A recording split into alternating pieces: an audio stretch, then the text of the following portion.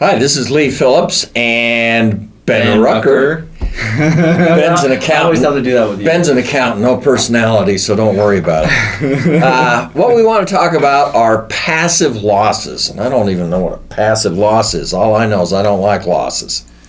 Well, you'll find out about passive losses when you have a rental loss and you can't claim it. I make money with my rentals. Yeah, that's rare. So you know what you're doing. Maybe we should do a webinar on how to make money with real estate. Huh? Right. What's a passive loss? So, that depreciation? Well, let's talk about so with income, there's passive income and there's active income, right? And you basically that's the same as earned income and unearned income? No, different. Okay. They're two different things, and that's what actually gets really confusing, right? Because interest income is that's passive income. That's considered investment income, right? That's not passive? Well, I know it seems passive.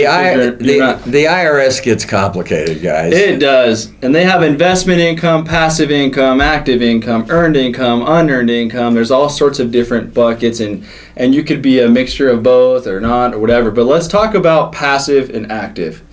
Let's not get into those other different buckets there. So, when you have a business and you're actively involved in it, it's an active business, right? You're involved, right. That's active income. Is that whether or not I'm getting what I'm calling passive income, rents and royalties and that sort of stuff? It can still be active if it's a business that I'm active in? And that's what I'm going to get into. Okay. So you have a business that you have to materially participate in. Okay. And if you do that, it's active income. If you don't, it's passive income. So Lee, your business, Legalese, you are materially participating in that. You're making all the decisions. That's where you're spending your time. That's active, right? But I sell goods and services. Does that mean it's active? No, that has nothing to do with it. It has to do with how much you participate in the activity.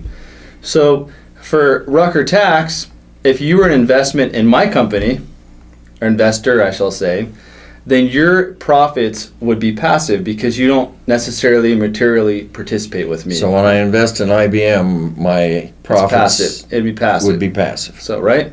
So that law is implemented to prevent you from investing in all these different companies to earn the losses and offset your income and pay no taxes, right? So if I lose money in my IBM stock, I sell it at a loss, that's a passive loss? It's a passive loss. And what happens with that passive loss, it gets put in this bucket right here, and your active losses and income get put in this bucket over here.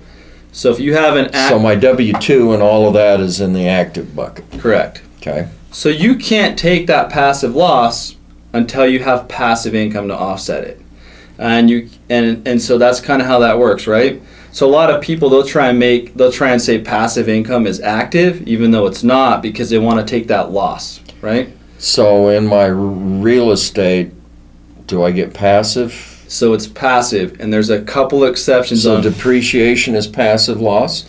Well, depreciation is an expense that can create a passive loss.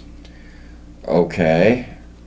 And the problem with real estate is if I'm a real estate investor, I can have all of these losses, but I can't offset them against my W-2, my earned income. Or your Legalese corporation, right? Yeah, that's my earned income. Now there's a few exceptions. One of them is if your income, your AGI is around $150,000, there's a set number. I have to look at what it is now. You could claim up to a $25,000 passive loss. So the IRS. So I can claim some of this stuff against my regular income. Yes, if your income is below a certain threshold based on your filing requirements. I probably should have looked that up. It changes not all the time. Yeah, that's so the problem. There's no point in saying that. But another exception is if you qualify as a real estate professional. Well, that's just for real estate, and we've got another one on real estate professionals. Okay, so everyone, they hear that these rentals create tax losses, and they're so great, they'll help you on your taxes, right? Yeah, your real estate and your little business are your two main tax shelters, guys. Yes. So you hear, oh, I've got these tax shelters, and then you come to me and I do your tax return, and it's like, hey, this rental loss you can't claim. You've got to carry that forward until you have passive income. And everyone is surprised when they get that, and they're like, what the heck, how come I can't claim that? How come I can't claim it? And it's a passive loss. And so A way around that is the income limitation we talked about, and another way around that is if you qualify as a real estate professional. Actually, I remember the days when the losses in your real estate and stuff could be claimed against your active or your earned income. And they changed it, what, in the 80s? Or? Well, yeah, and the reason why that law was implemented is they got tired of the billionaires Buying all the real estate up, taking the losses that real estate naturally generates, and paying no taxes. and then offsetting it against their $6 trillion worth of income, so they paid no taxes. And it gave you no chance of competing with them because, Lee, they could overpay on a property. And still make money. And the tax savings. They took the whole thing, the tax savings. Yeah, I'll overpay 20%. I'll say 40% in taxes. I can afford to pay 20%, right? So it was causing havoc in the 80s. And they changed the laws and made it so that passive losses could only basically be offset against passive income. Now, Ben pointed out that there are some rules that let little guys offset some of these passive losses against their earned income, their regular income.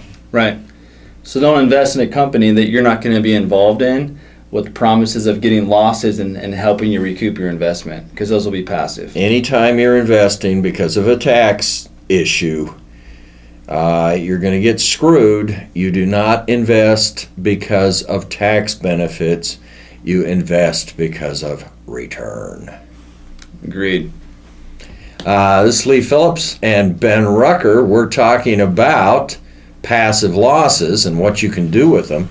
Now, don't forget to subscribe to our YouTube channel and tell other people about it, because we do a good job. People like our YouTube channel. You'll be doing your friends, put it out on Facebook or whatever. And You'll be doing them a favor. And I think the more subscribers we have, the more incentive we have to do better videos, right? No, we do perfect videos anyway. All right.